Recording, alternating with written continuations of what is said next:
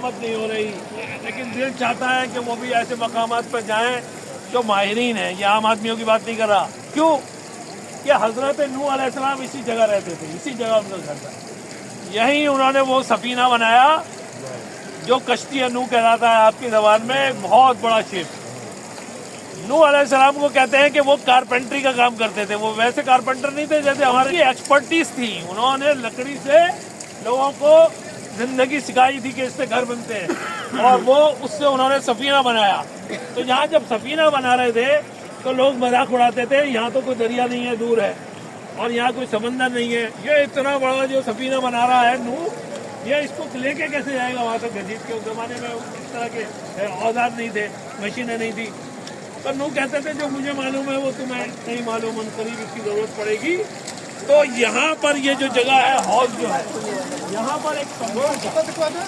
پہلا پانی کا بلبلا طوفان نوح کا اس تندور سے نکلا، اور ایسا نکلا کہ پھر پوری دنیا میں پانی کے علاوہ کشتی نوح تھی، اور پھر پوری دنیا میں خشکی نہیں تھی. زندگی صرف کشتی نوح پہ تھی. سبحان اللہ.